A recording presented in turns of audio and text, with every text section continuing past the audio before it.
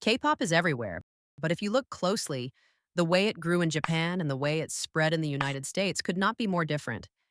In Japan, K-pop acts are household names, selling millions of physical CDs in a market where CDs are supposed to be dead. In the the world's biggest music market, K-pop is breaking Billboard records and filling stadiums, yet still treated as outsiders by the industry elite. How did the same product, K-pop, play two totally different games? Today we're unpacking the two playbooks, how K-pop conquered Japan with one set of rules and how it clawed its way into the US with another. The story isn't just about music, it's about cultural strategy, survival, and the future of the industry itself. So here's the question. Which playbook is smarter? The Japan model of going deep or the US model of going wide? And what does that mean for where K-pop is heading next? The Japanese story begins in the early 2000s, long before the word Hallyu became mainstream. SM Entertainment had a plan. They debuted Bo-A in 2001, not just as a Korean star who occasionally promoted in Japan, but as a full Japanese artist. She learned fluent Japanese, released entire albums in the language, and performed like she was born for the Japanese stage. The gamble worked. BOA became a superstar in Japan, selling millions of records and opening the door for others. Then came TVXQ, known as Tohoshinki in Japan. Their strategy wasn't to just tour occasionally. They signed with Avex, one of Japan's biggest labels, and embedded themselves in the market. They performed at the Tokyo Dome, a milestone few foreign acts ever achieve. By the late 2000s, K-pop groups like Kara and Girls' Generation were topping the Oricon charts, Japan's version of Billboard. Japan wasn't just another stop. For K-pop companies, it was a second home base, and this was by design. Instead of pushing Korean albums, they repackaged groups into the Japanese idol format, almost indistinguishable from homegrown J-pop acts. Why did Japan work so well? First, geography and culture.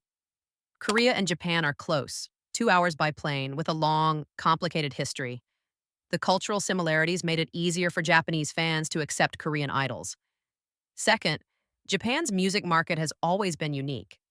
While the rest of the world moved to digital, Japan clung to CDs, not just as music, but as collectibles. Fans would buy multiple copies of the same CD for handshake event tickets, meet and greets, or photo cards.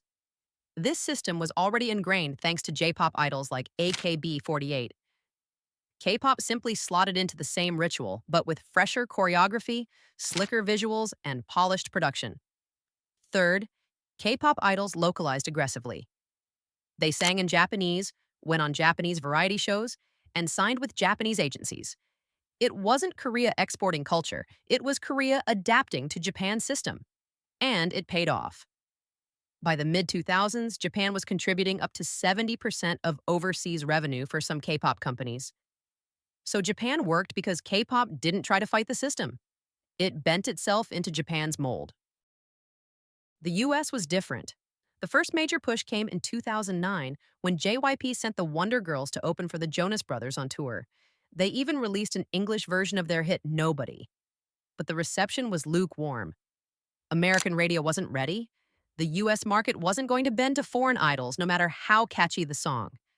For years, K-pop in America felt like an experiment. Groups like Girls' Generation appeared on David Letterman. Psy exploded with Gangnam Style. But these were flashes, not sustained momentum. Then came BTS. Instead of chasing US radio from day one, they built a massive global fan base online through Twitter, YouTube, and fan engagement. By the time American media paid attention, BTS was too big to ignore. They sold out stadiums, topped the Billboard 200 multiple times, and finally cracked radio with English singles like Dynamite. BLACKPINK followed a similar path, leveraging YouTube dominance and collaborations with artists like Selena Gomez and Lady Gaga. But notice the difference.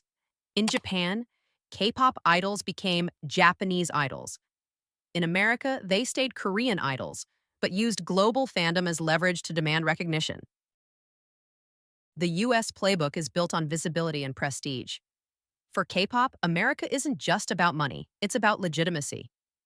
Breaking Billboard, getting nominated for a Grammy, performing at Coachella, these are symbols of cultural power. To do this, groups adjust in different ways. Some release full English singles to appeal to radio. Others focus on high-profile collaborations. Think BTS with Halsey. The idea is to blend into US pop culture rather than localize the way they did in Japan. Touring is also central. While Japan relies on physical sales and fan events, the US rewards live experiences. K-pop groups book arenas and stadiums, turning concerts into spectacles. Fans fly across states, sometimes countries, to attend. But it's not easy. American media often frames K-pop as a phenomenon, rather than part of mainstream pop. Awards shows sideline them. Critics question their legitimacy. Yet the US exposure brings global visibility. A Billboard Hot 100 #1 is a headline that echoes worldwide, even if domestic acceptance is limited.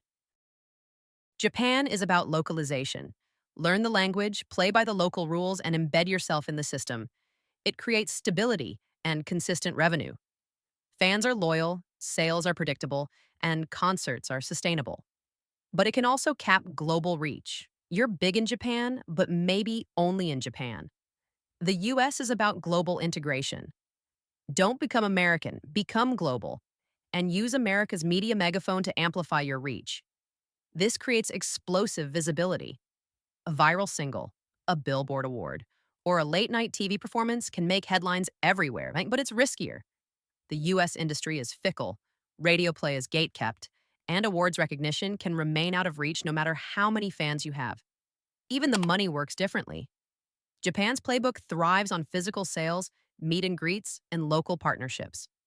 The US playbook thrives on streaming numbers, global tours, and brand sponsorships. One is stable, the other volatile. So which playbook wins? Maybe both. Japan remains K-pop's most reliable overseas market. Even as streaming grows, Japan's fans keep buying CDs by the thousands.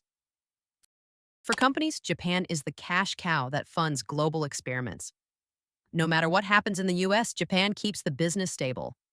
The US, meanwhile, remains the cultural trophy. Breaking America means headlines everywhere, brand deals with Nike or McDonald's, and the kind of visibility money can't buy. But it may never deliver the same depth of loyalty as Japan. US fans stream passionately, but the market doesn't revolve around fan rituals the way Japan's does. Looking ahead, there might be a third playbook. Southeast Asia and Latin America are already showing massive fan growth, with lower barriers than the US and less entrenched local idol systems than Japan. These regions consume K-pop directly in Korean without demanding localization. So maybe the future isn't choosing Japan or the US. Maybe it's blending the stability of Japan with the visibility of America, and then expanding into new territories where the ground is wide open. Japan and the US show us two sides of K-pop's globalization strategy. In Japan, K-pop idols became insiders, mastering the local system. In the US, they stayed outsiders but used global fandom to force their way in. Both paths tell us something important. K-pop isn't one strategy, it's many. So what do you think? Should K-pop double down on Japan's steady loyalty? Or keep chasing America's elusive spotlight? And where do you think the next big breakthrough will come from? Southeast Asia, Latin America, maybe even the Middle East? Drop your thoughts in the comments.